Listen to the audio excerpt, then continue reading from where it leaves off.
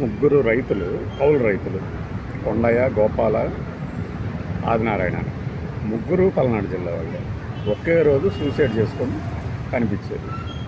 మరి ఇది రైతే రాజు, మేము రైతును ఆదుకుంటున్నామని, గిట్టుబాటు ధరలు అద్భుతంగా చేశామని చెప్పే వాళ్ళకి ఇది ఎలాంటి ఒక సందేశం ఇస్తుంది? ఈ ముగ్గురు మరణాలు. పొగాకు మీద ఆయన ఏం చెప్పాడు? సాగు తగ్గించుకోమని చెప్పి వెళ్ళిపోయాడు పీయూష్ గోయల్ గారు. మరి మిర్చికి మేము ఇస్తున్నాం మద్దతు ధర అన్నారు. వీళ్ళందరూ కూడా పల్నాడు జిల్లా రైతులే. ఈపూరు మండలంలో ఒకళ్ళు, నాదెండ్ల మండలంలో ఇద్దరు ఒకే రోజు. ఈ దారుణాన్ని చూపించడానికి ఏ న్యూస్ ఛానల్కి మనసు ఉంది. ఎందుకంటే వాళ్ళ ఆబ్లిగేషన్స్ వాళ్ళకి. ఇప్పటికే ఒక 4 ఛానల్ని కట్ చేసి పడేశారు ఆంధ్రప్రదేశ్లో. ఒక సంవత్సరం ఉంది. ఇంకో 4 ఏళ్ళు అయితే ఒకవేళ పవర్ మారితే మళ్ళీ వాళ్ళు వేరే ఛానల్స్ని కట్ చేస్తారు. ఇంతే కదా, ఇంతకు మించి ఏమైనా సాగుతుందా? ఇప్పుడు ఒక రైతు సమస్యని ఎత్తి చూపితే అది ప్రభుత్వానికి వ్యతిరేకంగా వైఎస్ఆర్సీపీకి మద్దతుగా మాట్లాడుతున్నట్లు ఎట్లా అవుతుంది? ఆ మరణాలు కాకుండా పోయినాయా? అప్పులయ్యే, వాళ్ళందరూ అప్పులయ్యే చచ్చిపోయారు. అప్పుల సాగే చేసి చచ్చిపోయారు. ఇప్పుడు వాళ్ళకి ఒక ఎకరము 70 సెంట్లు ఉంటుంది సొంతంగా. ఆ వాటితోనే బతుకు వెళ్ళబారదు కాబట్టి ఒక 15 ఎకరాలు కౌలుకు తీసుకొని చేస్తారు. మా బంధువుల్లో కూడా ఉన్నారు 10-15 ఎకరాలు కౌలుకు తీసుకొని చేస్తారు. మిరప ఇవన్నీ ఎందుకు? రేటు ఉన్నాయి కాదు. రేటు ఉన్న పంటలు చేస్తారు కానీ రేటు లేని పంటలు ఎవడన్నా కౌలుకు తీసుకొని చేస్తారా సాగు?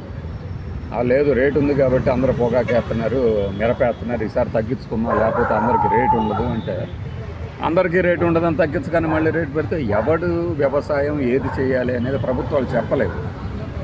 ఆ నేలలో ఏది పండుతుంది, డిమాండ్ ఏది ఉంది చూసుకొని వేస్తారు. అది కాదని చెప్పేసి వేరే సాగు ఎలా చేస్తారు? ఇది వ్యాపారం కాదు కదా, షాప్ మూసేయటానికి. పైగా వ్యవసాయం చేస్తున్నారంటేనే ఏమనాలి? మనకు అన్నం పెట్టేవాళ్ళే కదా రైతులు. వాళ్ళు లేకుండా పోతే ఎలా? ముగ్గురు చనిపోతే దాని గురించిన ప్రస్తావనే లేని న్యూస్ ఛానల్స్ ఏమనాలి? మరి సాక్షిలో ఏమైనా తగలబెట్టారని ఆయన అయితే చూడాల. మరి ఇది రైతుకి మద్దతుగా ఉంటాము అని చెప్పి పార్టీలన్నీ ఏం చేస్తున్నాయి? ప్రతిపక్షంలో ఉన్నా కానీ అధికార పక్షంలో ఉన్నాయి. సరే, ఇప్పుడు వాళ్ళకున్న అప్పులు అనేది ఒక 15 లక్షలు, 20 లక్షలు, 50 లక్షలు అనేవి ఎవరు తీర్చలేరు. పక్కన వాళ్ళు కానీ లేదంటే అప్పులు ఇచ్చిన వాళ్ళు అడగకుండా కూడా ఉండలేదు. సాగు అప్పుల సాగు అయినప్పుడు ఇలాంటి పరిస్థితులే తలెత్తుతాయి. మేము గిట్టుబాటు ధర ఇప్పించామని జబ్బలు దర్చుకోవడం కాదు. వాస్తవ పరిస్థితి ఏంటో గమనించాలి. ఇప్పుడు మిరపకి కనీసం 20,000 లేనిదే గిట్టుబాటే అవ్వదు అనేది మనం సోదాహరణంగా లెక్కలతో సహా ఒక 2 నెలల క్రితం వివరించాం.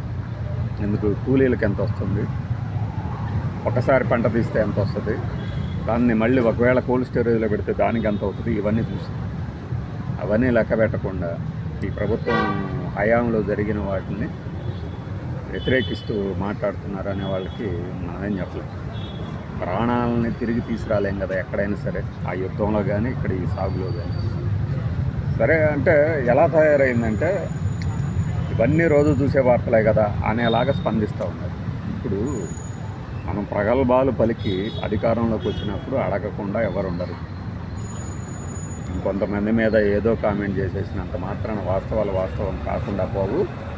ఆ పల్నాడు జిల్లాలో వాళ్ళందరికీ తెలిసి ఆత్మహత్యల గురించి ఈ 16 న్యూస్ ఛానల్స్లో 1-2 చూపించి మిగతాయి చూపించినంత మాత్రాన జనానికి తెలియకుండా ఏమీ లేదు. ఎందుకంటే రైతాంగానికి వాళ్ళు పడే సమస్యలు తెలుసు కదా.